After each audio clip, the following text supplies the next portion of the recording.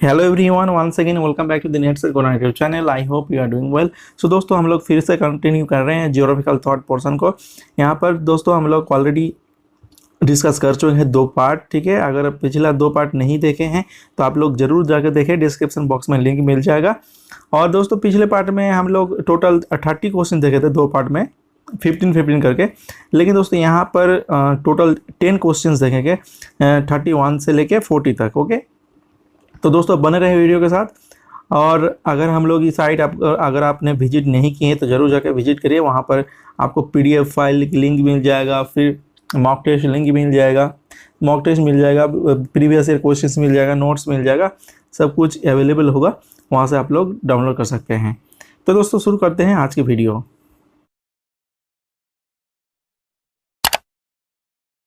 So first question number 31, who led the foundation of modern geographical thought. तो यहाँ पर questions पूछा गया है किसने मॉडर्न जियोग्राफिकल थॉट की नींव रखा था। ठीक है, फाउंडेशन रखा था, यानी कौन सा स्कॉलर ऐसा है जो कि मॉडर्न जियोग्राफिकल थॉट की फाउंडर है। ठीक है, तो यहाँ पर ऑप्शंस देखिए, कांट वेरेनस है, हम्बोल्ड रिटर है, देन हेटनर रिक्टोफेन है, देन हम्बोल्ड एंड डेविस है। तो इसका आंसर दोस्तों हो जाएगा हम्बोल्ड एंड रिटर। तो यहाँ पर मॉडर्न जियोग्राफिकल थॉट पूछा है, इसलिए हम्बोल्ड एंड रिटर होगा। और पिछले अगर वीडियो आपने देखे हैं तो वहाँ पर क्वेश्चन में था मॉडर्न क्लासिकल जियोग्राफिकल थॉट की फाउंडर कौन है, वो है आपका वेरेनियस एंड कांट।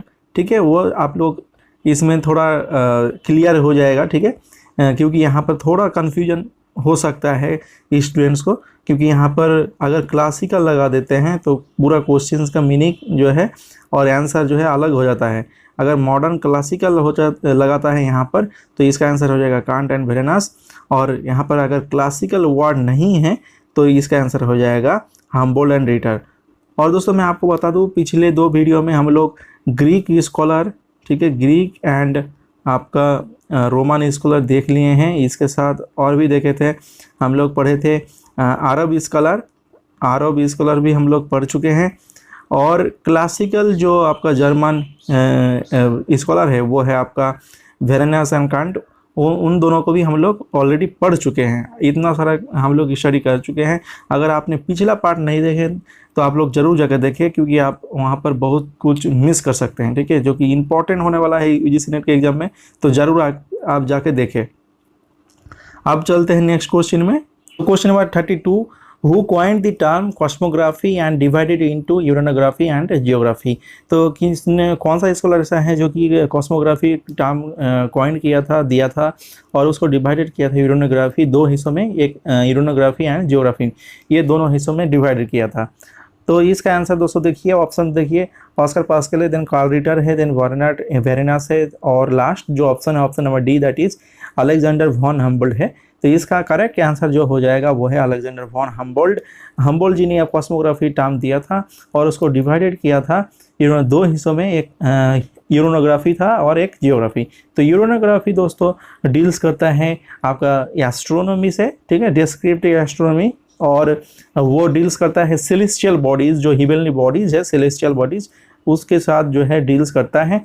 और ज्योग्राफी सब्जेक्ट जो है वो है डील करता है फिजिकल ज्योग्राफी रिलेटेड, ठीक है, फिजिकल ज्योग्राफी। और ज़्यादातर जो हिस्सा है वो है टेरेस्ट्रियल पार्ट, ठीक है, physical geography which deals with the terrestrial part. Okay, याद रखिएगा।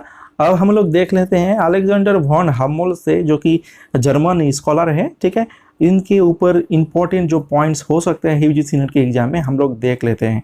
ठीक है, important points on Alexander von Humboldt. Okay, तो फर्स्ट जो पॉइंट यहाँ पर होने वाला था वो है, याद रखिएगा, जर्मन स्कॉलर है, वो है आपका अलेक्जेंडर वॉन हम्बोल्ड। हम्बोल्ड जो है जर्मन स्कॉलर है। देन यहाँ पर देखिए फर्स्ट पॉइंट क्या लिखा है, father of modern geography and founder of systematic geography बोला जाता है। ये याद रखिएगा दोस्तों, सिस्टमेटिक जियोग्राफी की फाउंडर अलेक्जेंडर वॉन हम्बोल्ड है। अगर यूजीसी नेट के एग्जाम में पूछा जाता है सिस्टमेटिक जियोग्राफी की फाउंडर कौन है, या सिस्टमेटिक जियोग्राफी और साइड में ये लिस्ट आता है ना, आपका यूजीसी नेट के एग्जाम में दो लिस्ट की क्वेश्चन पूछा जाता है, लिस्ट 1 एंड लिस्ट 2, जो मैचिंग वाला क्वेश्चन आता है तो इस तरीके का अगर ऑप्शंस मिलता है सिस्टमेटिक ज्योग्राफी एक साइड में और एक साइड में आपका हम्बोल्ड है, तो हम्बोल्ड के साथ जरूर मैच कराएगा, क्योंकि ये हम्बोल्ड जो है फाउंडर है सिस्टमेटिक ज्योग्राफी का, और रीजनल ज्योग्राफी का जो फाउंडर है वो है कार्ल रिटर। दोनों लिख लीजिए, कार्ल रिटर है founder of regional geography and हम्बोल्ड is the founder of systematic geography.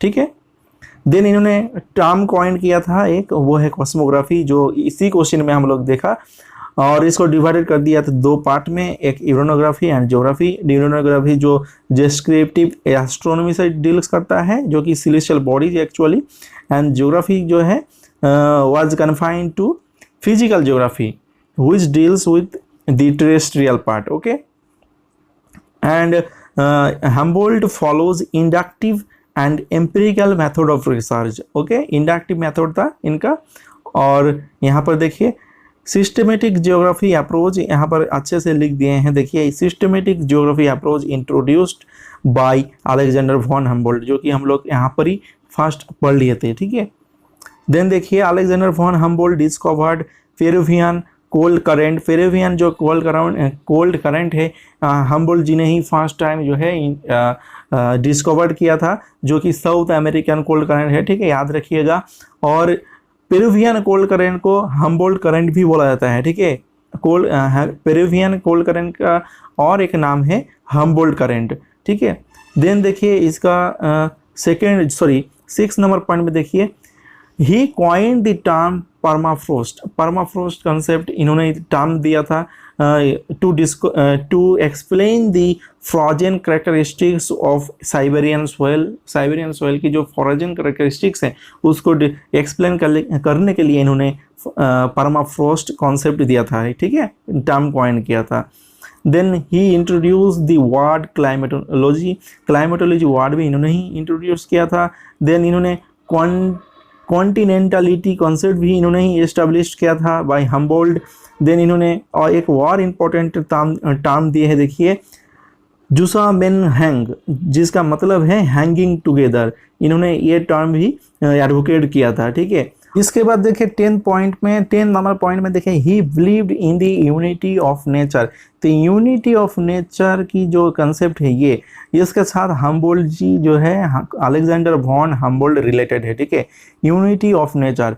ये कहता है क्वेश्चन यूनिटी इन डाइवर्सिटी। ठीक है, यूनिटी इन डाइवर्सिटी, तो ये इनके साथ जो है ये वाला जो कंसेप्ट है यूनिटी इन डाइवर्सिटी, इसके साथ क्या कहते हैं रिलेटेड है, वो है आपका कार्ल रिटर।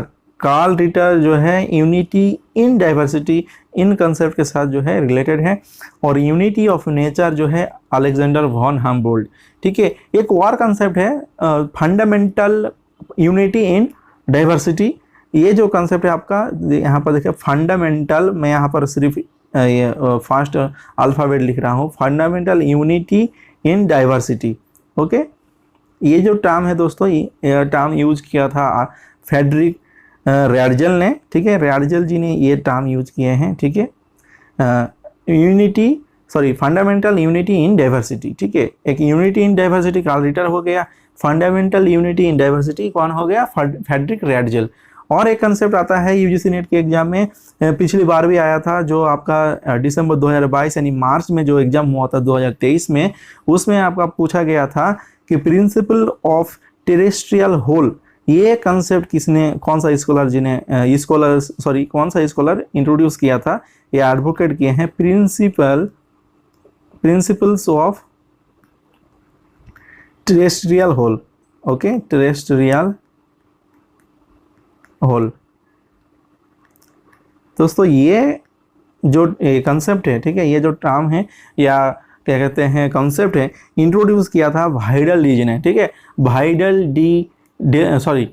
डे लैबलेज। ठीक है, वाइडल डे लैबलेज ने ये कंसेप्ट 200 दिया था। ठीक है, ये क्वेश्चंस पिछले जो इसमें 2023 में जो एग्जाम हुआ मार्च में, इसमें आया था। ठीक है, यूजीसी नेट के एग्जाम में, तो ये इसमें पूछा गया था कि who advocate the principle of terrestrial whole. तो इसका आंसर हो जाएगा वाइडल डे लैबलेज। ठीक है, अब चलते हैं, यहाँ पर एक और भी दो इम्पोर्टेंट यहाँ पर पॉइंट्स बाकी है, तो देख लेते हैं। देखिए हम्बोल्ट जी का 11वें नंबर पॉइंट पे देखिए इंपॉर्टेंट बुक है इनका, बहुत ज़्यादा इंपॉर्टेंट ये बुक, ठीक है, कॉस्मोस, जो कि इन्होंने पब्लिश किया था 1845 में।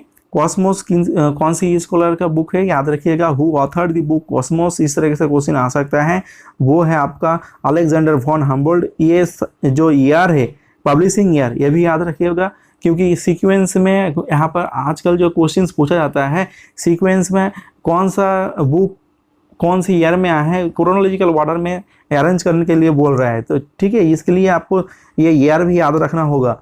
कॉस्मोस 1845 में आया है, और एक इनका माइनर इंपॉर्टेंट बुक है, वो है एशिया सेंट्रल। लेकिन दोस्तों ये याद रखिएगा, कॉस्मोस ये ज़्यादा इंपॉर्टेंट है, ठीक है। और इनको देखिए, हम्बोल्ट को founder of modern geographical thought भी बोला जाता है, ठीक है। अब चलते हैं नेक्स्ट क्वेश्चन में। क्वेश्चन नंबर 33 देखिए, ये scholar of which origin coined the term permafrost to explain the frozen characteristics of the Siberian soils।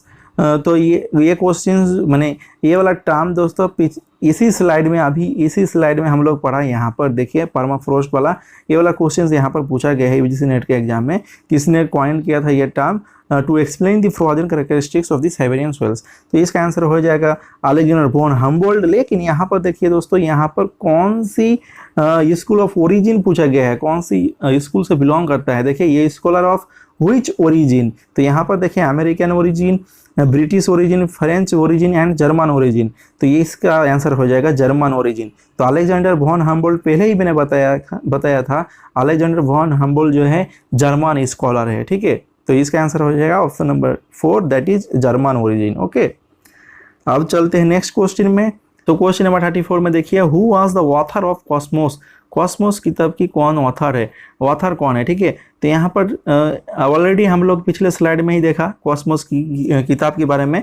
तो यहाँ पर दोस्तों मैं आपको बता दूँ, कहीं कहीं आपको के से कॉस्मोस मिल जाएगा इस तरीके से कॉस्मोस, या कभी कभी आपको सी से भी कॉस्मोस लिखा होगा, ठीक है। ये इस तरीके से भी आप लोग देख सकते हैं, ठीक है। तो इसमें आप लोग कंफ्यूज मत होना, दोनों एक ही बात है, ठीक है। कहीं पे के से लिखा जाता है, कहीं पे सी से लिखा जाता है, ठीक है। और जो कि 1845 में ये पब्लिश हुआ था, ठीक है। तो इसका ऑथर है हम्बोल्ट। तो अभी आपने पढ़ा ये। अब चलते हैं नेक्स्ट क्वेश्चन में। Question number 35, who among the following gave the concept of unity in diversity। Unity in diversity concept कौन सी स्कॉलर ने दिया था। तो दोस्तों मैंने अभी आपको पिछले स्लाइड में ही बताया कि unity in diversity, unity of nature, then fundamental unity in diversity, terrestrial whole, हर एक की चीज़ के बारे में मैंने आपको बताया। तो देखिए यहाँ पर यूनिटी इन डाइवर्सिटी के बारे में पूछा गया है, जो कि कार्ल रिटर जी ने दिए हैं ये कंसेप्ट, ठीक है। Very very important questions. तो यहाँ पर कार्ल रिटर की इंपॉर्टेंट पॉइंट्स देख लेते हैं, जो कि यूजीसी नेट के एग्जाम में इंपॉर्टेंट रहने वाला है। तो फर्स्ट पॉइंट देखिए, तो यहाँ पर आपको मैं बता दूँ, कार्ल रिटर जो है जर्मन स्कॉलर है। और फर्स्ट पॉइंट देखिए, ही वाज को founder of modern geography with Humboldt. तो हम्बोल्ट के साथ कार्ल रिटर जो है दोनों आपका मॉडर्न ज्योग्राफी का फाउंडर है, ठीक है। देन इनका कंसेप्ट यूनिटी इन डाइवर्सिटी, जो कि इन्होंने डेवलप किया था या दिया था, ठीक है। Unity in diversity very very important, ये वाला क्वेश्चंस बहुत बार पूछा गया है। देन इन्होंने दिया था एक अप्रोच, जो कि रीजनल ज्योग्राफी अप्रोच है, कार्ल रिटर जी ने इंट्रोड्यूस किया था। Then he was also famous for teleological approach. Teleological approach यानी गॉड में जो बिलीव रख रहा है ना, उसके ऊपर जो एक जो टर्म यूज होता है वो है टेलीलॉजिकल अप्रोच। टेलीलॉजिकल अप्रोच में बिलीव रखता है दोस्तों कार्ल रिटर। और फर्स्ट टेलीलॉजिस्ट था एरिस्टोटल, ठीक है, ये भी याद रखिएगा। फर्स्ट टेलीलॉजिस्ट एरिस्टोटल जी था, ठीक है, एरिस्टोटल याद रखिएगा दोस्तों। देन देखिए कार्ल रिटर को बोला जाता है आर्म चेयर ज्योग्राफर। देन इनका एक बहुत ही एमिनेंट बुक आठ कुंडे, जो कि 1817 में पब्लिश हुआ था। वेरी वेरी इंपॉर्टेंट बुक, जरूर याद रखिएगा, ठीक है। ये क्वेश्चंस आ सकता है, आठ कुंडे, ठीक है, 1817 में इसको पब्लिश किया गया था। Then he follows deductive method for research, ठीक है, फॉर रिसर्च। और इंडक्टिव मेथड यूज किए हैं अलेक्जेंडर वॉन हम्बोल्ट ने। Then deductive method Carl Ritter ji ने, ठीक है। इनका जो इम्पोर्टेंट पॉइंट्स हैं वो देखिए, रीजनल ज्योग्राफी वाला, then unity in diversity, then teleological approach and Erdkunde, 4 point जो है बहुत ही ज़्यादा इंपॉर्टेंट है, ठीक है। अब चलते हैं नेक्स्ट क्वेश्चन में। सो यहाँ पर देखिए क्वेश्चन में क्या पूछा गया, who among the following geographers has teleological view. तो यहाँ पर पिछले स्लाइड में आपको बताया कि टेलोलॉजिकल व्यू किसका था, अप्रोच किसका था। यस ऑब्वियसली आपको पता है इसका आंसर, वो है कार्ल रिटर। और फर्स्ट जो टेलोलॉजिस्ट था वो है एरिस्टोटल, ठीक है। आप लोग जरूर याद रखिएगा, एरिस्टोटल जो है फर्स्ट टेलोलॉजिस्ट था, ठीक है। मैं अब नेक्स्ट क्वेश्चन में चलता हूँ। Next question, question number 37. The approach that some of the geographical facts, according to Ritter, cannot be explained scientifically is termed as, देखिए इसका आंसर क्या होगा, इकोलॉजिकल, रीजनल, टेलोलॉजिकल एंड लोकेशनल। तो इसका दोस्तों ये आंसर हो जाएगा टेलोलॉजिकल। तो यहाँ पर क्वेश्चन में क्या पूछा गया था, देखिए यहाँ पर क्वेश्चन में पूछा गया था ऐसा कुछ जियोग्राफिकल फैक्ट्स जो है आपका जो कि हम लोग साइंटिफिकली एक्सप्लेन नहीं कर सकते हैं, तो इस टर्म को क्या बोला जाता है, या उस अप्रोच को क्या बोला जाता है, जो कि गॉड रिलेटेड या गॉड बिलीव था, ठीक है। तो उसको दोस्तों बोला जाता है टेलोलॉजिकल अप्रोच, ठीक है। अब चलते हैं आपका next question, question number 38। The Erdkunde was published in the year 1817। Which of the following authored the book? तो इनमें से कौन सा स्कॉलर है जिन्होंने ये बुक लिखा था, आर्ट कुंडे। वेरी वेरी इंपॉर्टेंट क्वेश्चंस, ठीक है। तो हम लोग पढ़ लिए थे इसके बारे में भी। तो इसका दोस्तों ऑप्शंस देखिए, ऑस्कर पास्कल है, कार्ल रिटर है, देन आपका डेविस एंड टेलर। तो दोस्तों इसका आंसर क्वेश्चन नंबर 38 का आपका ये क्वेश्चन का आंसर आप लोग जरूर कमेंट बॉक्स में लिख के बताएं। यहाँ पर हम नहीं बताएंगे क्योंकि इसके बारे में हम लोग ऑलरेडी पिछले स्लाइड में ही बात की है, ठीक है। अब चलते हैं नेक्स्ट क्वेश्चन में, क्वेश्चन नंबर 39। सो यहाँ पर देखिए, which one of the following components does not match with the Darwinian theory of origin of species. तो डार्विन जी की जो ये थ्योरी है, बहुत ही important theory, origin of species, जो कि इन्होंने 1859 में पब्लिश किया था, ठीक है। 1859 बहुत इंपॉर्टेंट थ्योरी है ये। तो इस थ्योरी से कौन सी कंपोनेंट जो है मैच नहीं कर रहा है, यहाँ पर देखिए ऑप्शन में नेचुरल हैजार्ड है, नेचुरल सिलेक्शन है, then adaptation and survival of the fittest. तो survival of the fittest, adaptation and natural selections, ये तीनों देखिए ये जो कंपोनेंट्स है वो ओरिजिन ऑफ स्पीसीज इस थ्योरी से ही बिलोंग करते हैं, लेकिन नेचुरल हैजार्ड जो है इस थ्योरी से बिलोंग नहीं कर रहा है, ठीक है, करता है। तो इसका आंसर हो जाएगा option number 1, that is natural hazard, ठीक है। देन चार्ल्स डार्विन के ऊपर हम लोग देख लेते हैं इंपॉर्टेंट पॉइंट्स, जो कि एक जर्मन स्कॉलर था, ठीक है। इसके ऊपर इसके बाद देख लेते हैं, he is famous for his theory of evolution. तो एवोल्यूशन थ्योरी के लिए इन्होंने चार्ल्स डार्विन जो है बहुत ज़्यादा फेमस है।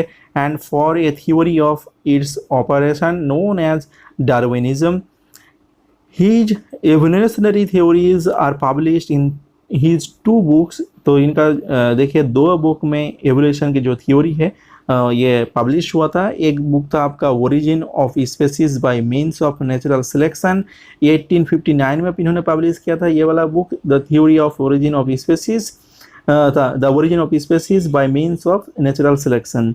और इनका एक और बुक है, वो है descent of man and selection in relation to sex, जो कि इन्होंने पब्लिश किया था 1871 में, ठीक है, ये वाला बुक, ठीक है, याद रखिएगा, बहुत ही इंपॉर्टेंट बुक है चार्ल्स डार्विन जी की।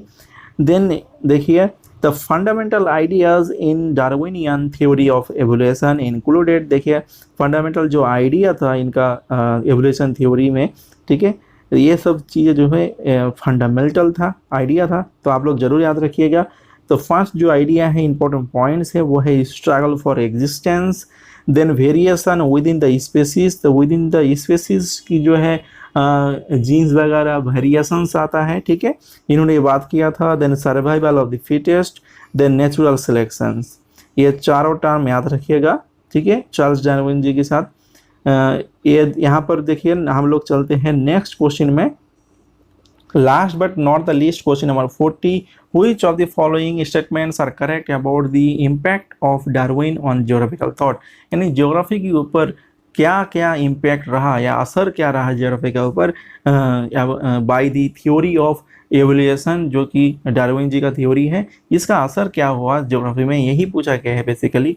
ठीक है, तो यहाँ पर 4 स्टेटमेंट दिया गया है और 2-2 करके ऑप्शंस है, तो यहाँ पर 4 के बीच जो है 2 ऑप्शंस करेक्ट होने वाला है, तो हम लोग को ये देखना होगा। उससे पहले मैं आपको बता दूं इम्पैक्ट जो ये जो थ्योरी है, थ्योरी ऑफ इवोल्यूशन, तो इसमें geographer specially geomorphologist and political geographer भी, जिसे हम लोग ह्यूमन ज्योग्राफर भी बोल सकते हैं, तो human geographer and political geographer and the geomorphologist very much influenced by the theory of evolution. ठीक है, कल्चरल ज्योग्राफर जैसे कार्ल और साउर भी बहुत ज़्यादा इन्फ्लुएंस था by the theory of evolution. Okay, तो यहाँ पर देख लेते हैं स्टेटमेंट नंबर फर्स्ट, ये James Hutton demonstrated the theory of uniformitarianism in landform evolution. तो ये स्टेटमेंट दोस्तों हम लोग करेक्ट मिला है। तो ये देखिए जेम्स हटन का जो यहाँ पर थ्योरी है यूनिफॉर्मिटरिज्म, ये भी बहुत ज़्यादा इंपॉर्टेंट है यूजीसी नेट के लिए, यहाँ से भी क्वेश्चंस बनता है और ये जो स्टेटमेंट है हम लोग करेक्ट मिला है। बी नंबर पे देख लेते हैं, failure used struggle and selection concept in his studies on races states and towns, ये हम लोग को इनकरेक्ट मिला है, ये करेक्ट नहीं है। देन ऑप्शन नंबर सी यानी स्टेटमेंट नंबर सी देख लेते हैं, Darwin's work on the origin of atolls, तो या एटोल्स के ऊपर इन्होंने एक थ्योरी दिया था ओरिजिन ऑफ एटोल्स, ये भी सही होगा शायद, देख लेते हैं। Atolls and the idea regarding slow transformation of biological species over time together inspired Davis to develop his own theory of the cycle of erosion. तो ये भी दोस्तों यहाँ पर हम लोग को जो स्टेटमेंट मिला है वो भी करेक्ट है। तो लास्ट वाला देख लेते हैं, student stress the need for physiological study to assess environmental effects on man, ये इनकरेक्ट हुआ है। तो हम लोग को मिला है 2 ऑप्शंस करेक्ट, जो कि है फर्स्ट वाला ए एंड सी। तो यहाँ पर ऑप्शन पर देखिए ए एंड सी कहाँ पर है, यहाँ पर देखिए ऑप्शन नंबर 3 पे ए एंड सी है, तो यहाँ पर ऑप्शन नंबर सी हो गया करेक्ट। ओके, और यहाँ पर हम लोग देख लेते हैं दोस्तों impact of Darwin on geographical thought, क्या इम्पैक्ट रहा ज्योग्राफी में। ठीक है, यहाँ पर इम्पैक्ट देख लेते हैं। फर्स्ट हम लोग यहाँ पर देखें, इसके ऊपर जो इम्पोर्टेंट पॉइंट होने वाला है, ठीक है, हम लोग इम्पोर्टेंट बुक्स वगैरह देख लें, देन इसका जो इम्पैक्ट है यहाँ पर आप लोग देख लीजिए। तो फर्स्ट जो इम्पैक्ट है वो जियोमॉर्फोलॉजी। ठीक है, geomorphologist like Davis very much influenced by the theory of evolution. ठीक है, यहाँ पर देखिए Darwin's evolutionary concept of change over time inspired American geographer William Morris Davies to develop concept of geomorphic cycle of erosion. He advocated that like the evolution of organic life का जो evolution होता है stages में, first maturity youth stage आता है, then maturity आता है, then इसके बाद ओल्ड स्टेज आता है, उसी तरीके से भी इन्होंने भी लैंड फॉर्म का भी एवोल्यूशन किया था सीक्वेंशियली। देखिए there is a sequential evolution of landforms. In the evolution of landforms Davies identified 3 stages: youth, maturity and old. He stressed that landform is a function of structure, process and time. ठीक है, ये याद रखिएगा दोस्तों। Then इसके बाद next impact देख लेते हैं, इम्पैक्ट ऑन लैंडस्केप, यानी लैंडस्केप मतलब लैंडस्केप है। ठीक है, ये लैंडस्केप के ऊपर क्या इम्पैक्ट रहा, देखिए यहाँ पर under the influence of Darwin's theory of origin of species, German geomorphologist defined geography as landscape science. They distinguished the natural landscape from the cultural landscape and recognised importance of human agency. Okay, then इसके बाद हम लोग cultural landscape के ऊपर देख लेते हैं। Carl Sauer in his article the morphology of landscape, देखिए यहाँ पर जो एक बहुत ही इंपॉर्टेंट आर्टिकल का नाम मिल गया यहाँ पर, द मॉर्फोलॉजी ऑफ लैंडस्केप किसका आर्टिकल है, कॉल साउर जी का। ठीक है, यहाँ पर इन्होंने देखे एक टर्म कॉन्सेप्ट कॉइन किया था, cultural landscape. Cultural landscape concept भी बहुत ज़्यादा यूजीसी नेट के एग्जाम में पूछा गया है, जो कि कार्लो साउर जी ने दिए हैं। ठीक है, Carlo साउर coin the concept of cultural landscape. Okay, ये भी याद रखिएगा। ओके, इसके बाद देख लेते हैं The landscape approach described the interaction between the humans and environment. तो human and environment के बीच में क्या interaction रहा, ठीक है, इसमें हम लोग पढ़ते हैं cultural geography में, सॉरी cultural landscape में. Then primarily emphasizing human impact on environment, it was an alternative to environmental determinism. Okay, तो इन्वायरमेंटल डिटर्मिनिज्म भी कंसेप्ट भी बहुत ही इंपॉर्टेंट है, ठीक है. उसके ऊपर हम लोग नेक्स्ट जो पार्ट आएगा उसमें इन्वायरमेंटल डिटर्मिनिज्म पॉसिबिलिज्म के ऊपर भी हम लोग क्वेश्चंस देखेंगे और कंसेप्ट को समझेंगे. Impact on human geography. Human geography भी दोस्तों यहाँ पर जो ह्यूमन ज्योग्राफर है इस थ्योरी से बहुत ज़्यादा इन्फ्लुएंसेस था. तो देख लेते हैं. Darwin's theory about origin of species and decent of man helped to explain man and environment relationship. It gave a new direction to the doctrine of environmental determinism, that is control on human activities by the environment. Okay, environmental determinism में क्या आता है concept है दोस्तों, environment जो है active होता है ज़्यादा, ठीक है, और ह्यूमन बीइंग जो है पैसिव होता है, ठीक है. कि इसी को दोस्तों यहाँ पर एनवायरमेंटल डिटर्मिनिज्म बोला जाता है, ठीक है. मैं आपको बाद में समझाऊंगा, ठीक है. तो हम लोग जो स्कॉलर है स्कॉलर का देख लेते हैं. Ratzel in his book Anthropogeographie is asserted that similar locations lead to similar mode of life. Similar location दोस्तों similar mode of life lead करते हैं. Then E.C. सैम्पल जिन्हें इनका बुक देखिए इन्फ्लुएंसेस ऑफ जियोग्राफिक एनवायरनमेंट, ये भी important एक book है. एंथ्रोजियोग्राफी जो एडजल का बुक है वो भी इम्पॉर्टेंट है, याद रखिएगा. इस बुक में इन्होंने एडवोकेट किया था या दिया था मैन, बोला था इन्होंने, देखिए, man is the product of the earth surface. And Huntington ने बताया, देखिए, also declared that climate controls the progress and development of human civilization. और दोस्तों मैं आपको बता दूं क्लाइमेटिक डिटर्मिनिज्म है दोस्तों, ठीक है, इसका जो प्रोपाउंडर है वो है हंटिंगटन का बोला जाता है, ठीक है. क्लाइमेटिक डिटर्मिनिज्म का जो प्रोपाउंडर है उसको बोला जाता है, उसका नाम है हंटिंगटन. और जो एनवायरमेंटल जो डिटर्मिनिज्म है इसका आपका प्रोपाउंडर ज़्यादातर बोला जाता है रैडजेल को और E.C. सैम्पल को, ठीक है, आप लोग याद रखिएगा, ठीक है. और इसके बाद हम लोग देख लेते हैं पॉलिटिकल ज्योग्राफी के ऊपर इम्पैक्ट क्या रहा. Darwinian concept of struggle and survival of the fittest influenced Ratzel to define the concept of Lebensraum. Lebensraum जो कॉन्सेप्ट है दोस्तों ऑर्गेनिक, जिसे हम लोग ऑर्गेनिक लाइफ भी कहते हैं या लिविंग स्पेस कहते हैं, ये जो कॉन्सेप्ट दोस्तों ओरिजिन ऑफ स्पेसीज या सर्वाइवल ऑफ द फिटेस्ट, ये कॉन्सेप्ट से ज़्यादा इन्फ्लुएंस था. डार्विन की जो कॉन्सेप्ट है सर्वाइवल ऑफ द फिटेस्ट, इस कॉन्सेप्ट से इन्फ्लुएंसेस था, ठीक है. और देखिए ये मेंशन किया था इन्होंने in his book political geography. Ratzel drew similarity between a nation and a living organism. He argued that as a growing organism searches for space. देखिए अगर एक जिंदा ऑर्गेनिज्म होता है, सपोज कीजिए एक पेड़ लीजिए, ठीक है, पेड़ को भी बड़ा होने में बहुत ज़्यादा जगह लगता है, उसी तरीके से कंट्री भी, ठीक है, उसको भी बड़ा होने में, ठीक है, टेरिटोरियल एक्सपेंशन में उसको जगह लगता है. ये country searches for territorial expenses, उसको भी स्पेस चाहिए, ठीक है. इसीलिए इन्होंने कंट्री को या कहते हैं पॉलिटिकल जो बाउंड्रीज है उसको भी इन्होंने एक लिविंग बीइंग की तरह ट्रीट किया था स्टेट को एक्चुअली, ठीक है. Then the concept of living space also help in the development of biogeography, ठीक है. आप लोग अच्छे तरीके से आप लोग एक बार खुद से पढ़ लीजिएगा.